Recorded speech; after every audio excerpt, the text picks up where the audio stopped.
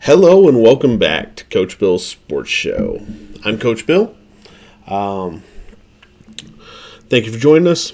If it's your first time here, we cover college football, pro football, fantasy football, NCAA football, 14. We're working on being able to break down some plays for you. So if it's football related, we're pretty well going to do it here. Let's get together. Let's huddle up. And let's get into it. So today's episode is players I'm just saying no to in fantasy football this year. I guess saying players is a little bit too narrow. Things I'm just saying no to this year is probably more like it. First one up is Amari Cooper. With Jacoby, Brissette throwing the ball for at least the first 12 games this season, that offense is going to be run first. They're going to run first, run second, run third, and probably punt. It's just, with those running backs, it doesn't make sense not to. So that hurts the wide receivers. On top of that, Amari couldn't break the top 27 in wide receivers with Dak Prescott. Now he has Jacoby Brissette, and people think he's going to do better. Please explain that one to me, because I don't see it. Yes, he was able to dominate people when he was at Alabama, but he's not at Alabama anymore. He hasn't shown that to be that player in a few years. So I'm out on Amari Cooper. Next thing I'm out on is any New England running back. With James White retiring, I'm done with New England running backs. Coach Belichick hates fantasy football and fantasy football players. I know he does. He's said it openly. He has no problem showing it, that he hates us. There's no clear understanding of who's going to call the plays, so I don't know their tendencies on what they want to do. If they like a pass-catching back, if they like a hard-nosed running back, if they like a do-it-all back. And there's too many pieces in that backfield. And unless someone gets hurt, or unless I see something different throughout the season and I can pick them up, I'm just staying away from the New England backfield entirely. Just is what it is for me. Javonte Williams is next on the list for me. And this is less about the player and more about where he's being drafted. Javonte Williams is currently being drafted as a top 15 running back. I would have no problem with that, except for Melvin Gordon's still there, and Melvin Gordon's healthy. I don't predict injuries. I just don't. I look at it as what's it going to look like if everybody stays healthy. And if everybody stays healthy, it's a 50-50 timeshare. That just isn't fun. That isn't good. I'm sorry, but it's not.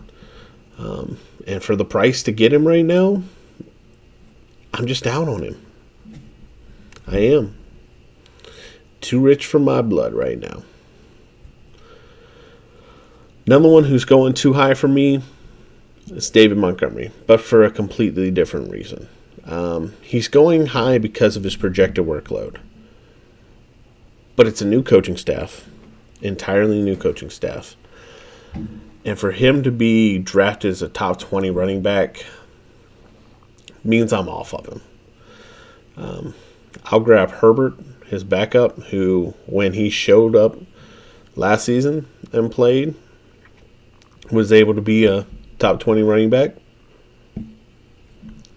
when Montgomery was out. So I'll stash Herbert late in the draft, but I'm not paying up for Montgomery where I've got to pay for him right now.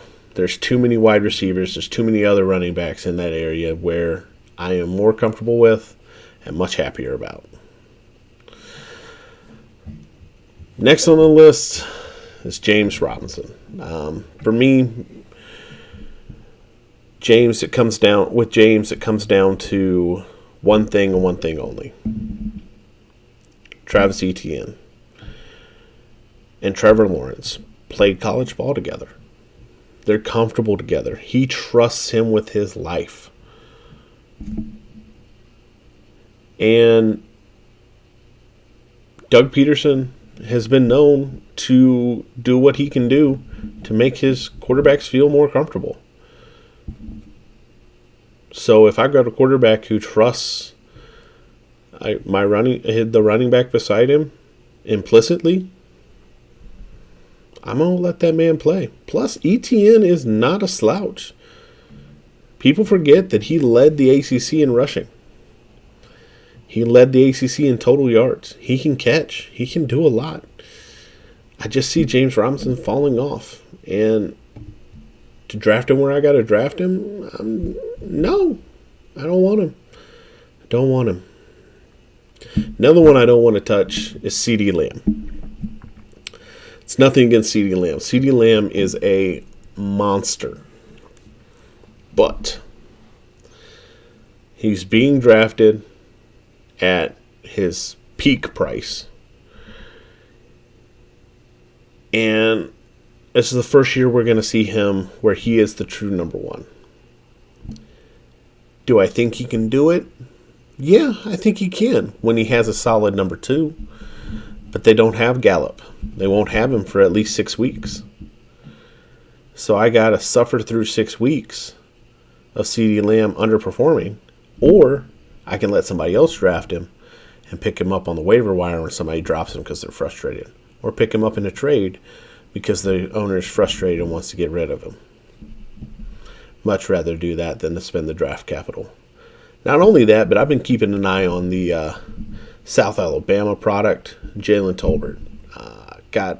Was lucky enough last year to see him play live at Tennessee. And first things first, South Alabama's offensive coordinator needs to be smacked because he was tearing Tennessee's defense up.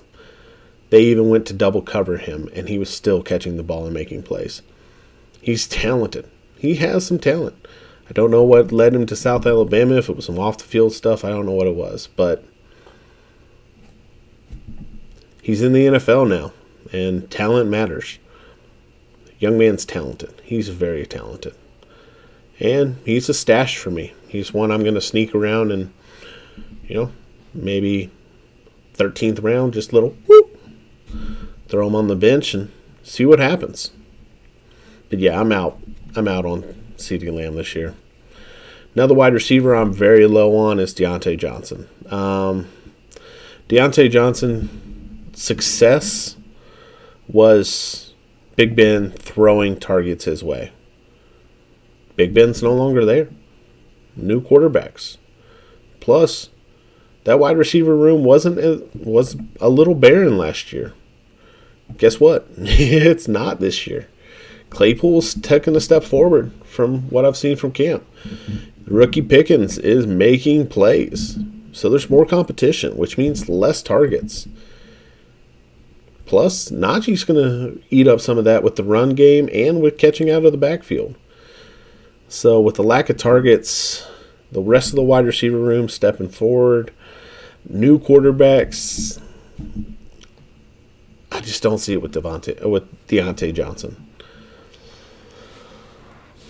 Another one I just can't see doing, especially this year, but typically, is drafting a quarterback in the top 6 rounds.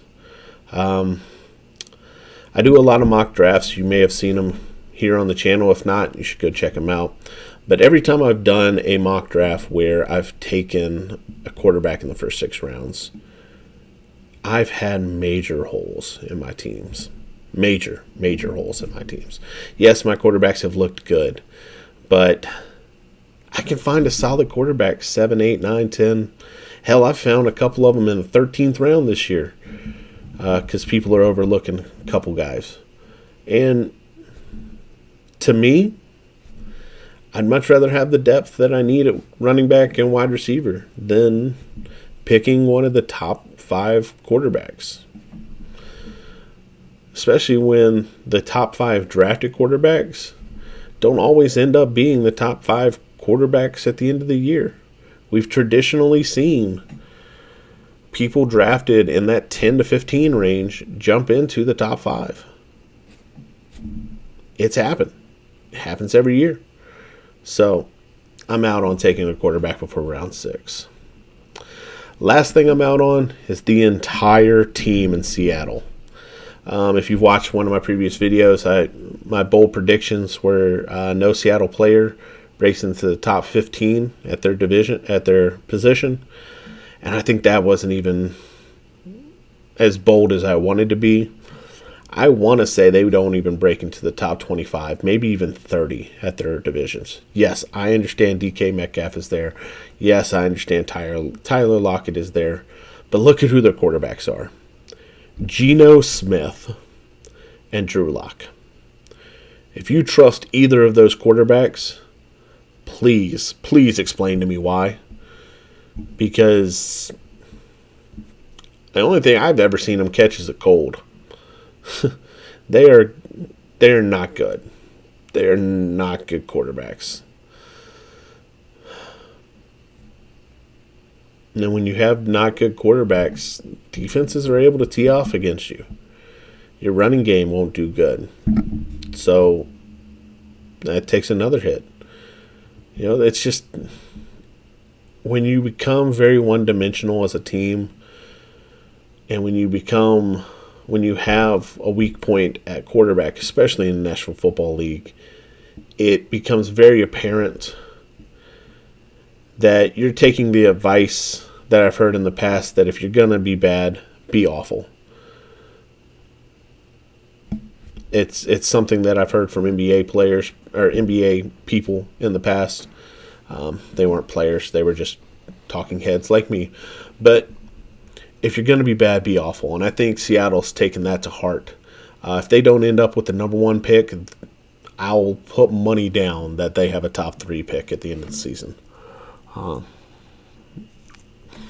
Bryce Young or CJ Stroud is probably going to end up playing in Seattle. That's where I'm at with them. I'm that confident. Now, next year, if you have CJ Stroud or Bryce Young at quarterback, I'm tons higher.